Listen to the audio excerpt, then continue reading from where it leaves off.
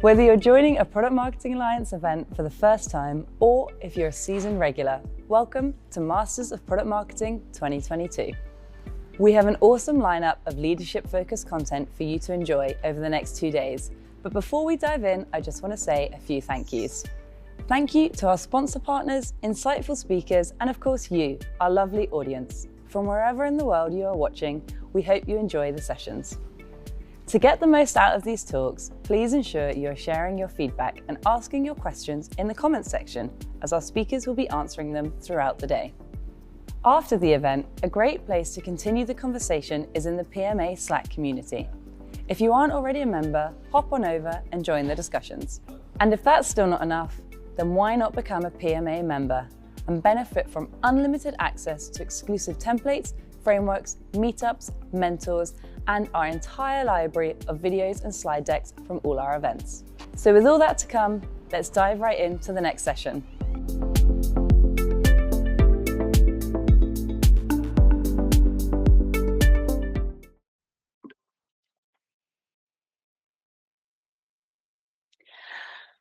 All righty.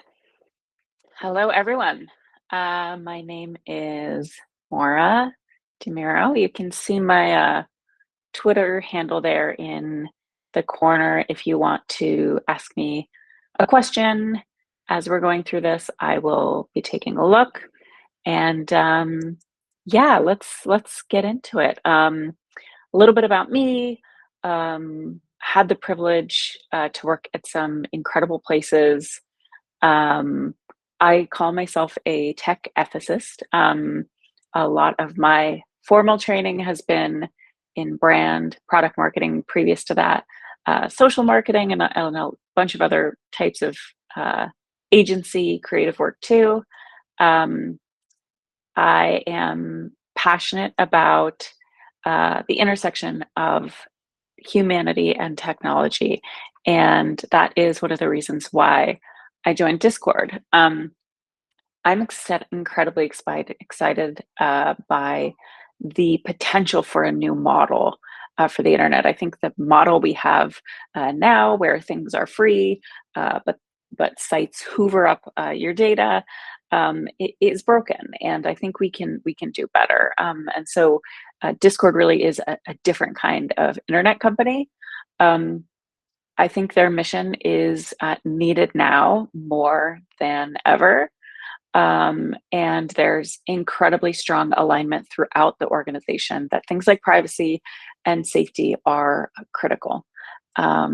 If you have not used Discord, it is a platform with about 150 million users globally and growing. It's voice text streaming platform for communities. Started out for gamers, and now it's being used to organize volleyball meetups, grocery list, movie nights, you name it. So check it out. But let's get into the content for today. So what is product marketing? I think product marketing is one of those interesting fields where everyone kind of does it differently, which makes it interesting. The way that I think about product marketing is that we truly represent the voice of the customer, and it's our responsibility to bring that point of view, whether it's research, insights, data analytics, but to bring that view to the table whenever we're in the room. I have the most fun as a product marketer when I'm doing inbound and outbound. So getting to spend time with PMs, thinking about the problems that they're tackling, how they're going to think about a hypothesis, gate it out into the world, think about go to market, and then even expanding that more on the outbound side. What does a broader product narrative look like that actually connects into the brand? I have a philosophy that brand and product marketing are closely tied together and should be. And so going beyond a sort of launch and release and thinking more around how do we create something sustainable and tell a story that reinforces a brand through our products. Because of all of this, PMMs have a really critical responsibility for the success of the products that we work on, and in some cases, the policies. I think more than that, we're also translators, going between technical audiences and creative audiences, helping our creative teams think about the problems that they're solving and challenges to take on. Um, Product marketing tends to be a fulcrum in the organization, working with a lot of different functions. And so sometimes that puts us into this kind of peace brokering mode. And then one of my favorite things, I also think that we're futurists. We are responsible for coming and bringing the outside world and insights back inside the organization. Um, and I think that, all of that aside, our job is getting more complicated, right? The world is changing. How people experience products and trust brands is evolving. In fact, trust is at an all-time low from brands, organizations to institutions and government. And people are demanding more of the organizations that they are leveraging and using. So it's not enough to sort of match a need or a desire with a product benefit or a brand. I think that we have to dig deeper into what these corporations stand for, and that starts getting into the policy work. So as marketers, we're taught to think deeply about everything that can communicate, and I think there's a P missing here. One of the highest leverage channels for building the perception, building the business of an organization is the policy work. And I actually think that product marketers are really well positioned to influence and support policy. If product marketing is about creating that higher order purpose by coordinating multiple internal functions, it's not about project management, but it is about being that glue in the organization strategically. And so in my last two roles, my job has included the scope and influence in partnership with the policy organization.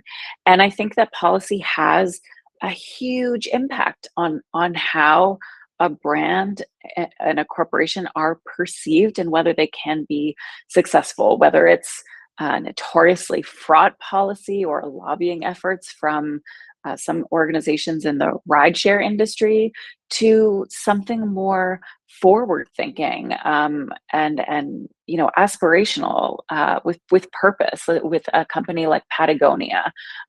Policy is far reaching and is only becoming even more influential. So let's take some tangible examples. Before the internet was a thing, going way into the way back machine, retail stores were a place that people went to buy things in a symbiotic physical location. We call this brick and mortar, but back then it was just called shopping. And Nordstrom's became famous for their lenient return policy. And as the legend goes, somebody came into a Nordstrom store and wanted to return tires. And sure enough, Nordstrom took the tires back and let them be returned. And this is not a story about tires. This is a story about how a policy influenced an entire organization around a level of customer support and customer service that Nordstrom wanted to provide. And the policy was the mechanism by which they ensured that every person working at every Nordstrom was aligned to the way that they wanted their organization to be perceived. Let's take an example that's like a little bit closer to home. For me anyway. So in 2016, the FBI asked Apple to break their own encryption on the iPhone in association with the San Bernardino case in order to gain access to the shooter's phone. And Apple made the argument that breaking their encryption for any reason would set precedent for hackers and undermine their security practices writ large. This was an incredibly high-profile case with what many people felt were unacceptable trade-offs. And the policy and counsel teams at Apple had to make that really difficult decision. And they made the decision to protect their users' privacy and security. And that consistency around Apple putting privacy at the center, putting privacy first, has paid off for them. It is something that their brand stands for to this very day. Another example, at a place that I worked. So after the 2016 election, there was a sort of collective reckoning that social media and tech, tech platforms needed to do a better job keeping misleading information off of their platforms. And so in the run up to the 2020 election, Twitter was poised to take a leadership position, and they launched a policy to ban political advertising. And this policy really differentiated them from their peers at the time, and started, and continued a dedicated footprint of work and civic integrity that remains at the organization today. Another example from a company that I spent some time at, and one that is near and dear to my heart as my team sort of led the way here. In the wake of the Cambridge Analytica scandal, we at Mozilla took a look at our internal advertising and marketing policies. And if you don't have one of these, that could also be an interesting opportunity for you to think about where your organization is spending money. And so what we found is there was a disconnect between our sort of values and philosophy around privacy and where we were spending money to talk about our product. And so after that scandal, we were the first brand to pull our Facebook advertising, resulting in a ton of press and perception boost for Mozilla and Firefox. Importantly, we were also having conversations with the product team around a browser add-on that would contain your Facebook data to a single tab, so that when you're browsing around, Facebook is not using trackers to follow you. All of this work culminated in a lot of sort of recognition, both at that moment culturally, but because we thought about our policies as a lever to start to communicate about our organization and even to influence our policies. Finally, Patagonia, I think everyone has seen the news that their founder has decided to donate all shares back to Climate Conservatory. I mean, this is an incredible move by an organization that truly sets the bar with their policies. And I think when there is alignment at the executive level, it just becomes so easy because there's that clear mission and vision. I'm curious in the chat to hear from y'all around what other types of industries are doing interesting things with their policies and driving perception. I think that the car and airline industries are really setting aggressive goals around, carbon emissions. And I think whoever kind of gets there first and communicates the loudest will have the ability to be in that leadership position. So policies are driving so much of what we believe about these organizations, but they don't always have support from product marketers or marketers at all. And so how can you sort of get closer to this world? So firstly, I think understanding a little bit around the structure. More and more organizations are investing in teams like policy, trust and safety, and public policy. In fact, I can't think of a business that doesn't need to both manage risk and increase trust.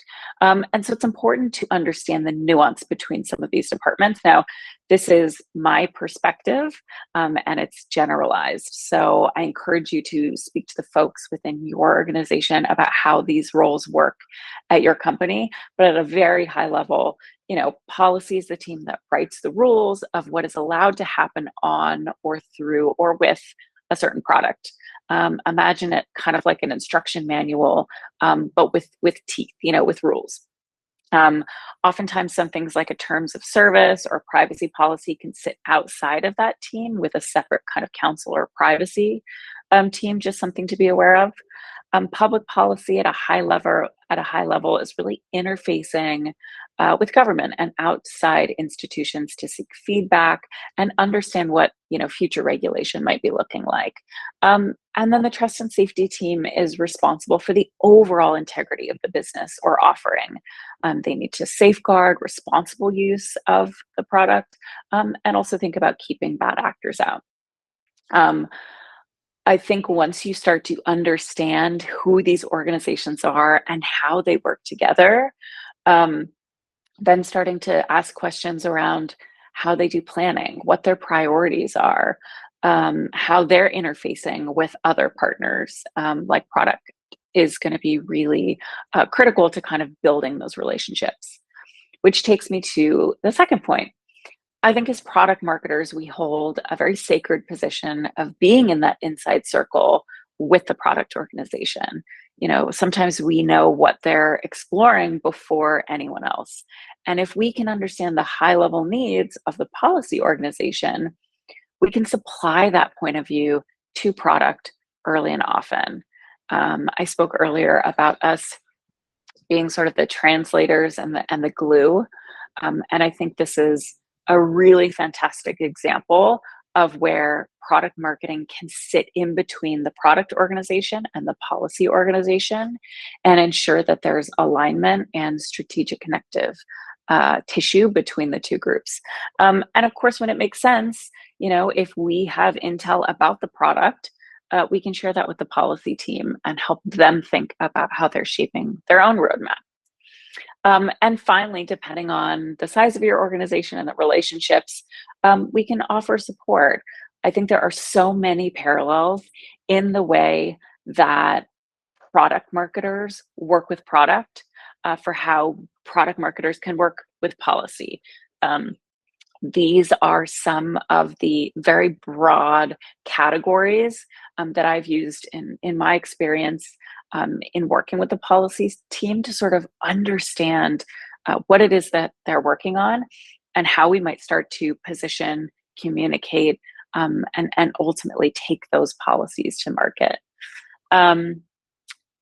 Wanted to share an amazing resource for those of you who are inspired by policy roles, especially if you're interested in policy and the intersection of responsible technology. I strongly encourage you to check out All Tech is Human. This is a nonprofit organization that does a ton of resource gathering, thought leadership, mentorship, and they have a job board. They are an incredible organization in our field. And of course, if you want to get in touch with me, you've got my Twitter handle. Please reach out. I'm happy to answer questions and have a conversation with anyone who wants to know more. So with that, we will turn over for questions. Thank you so much.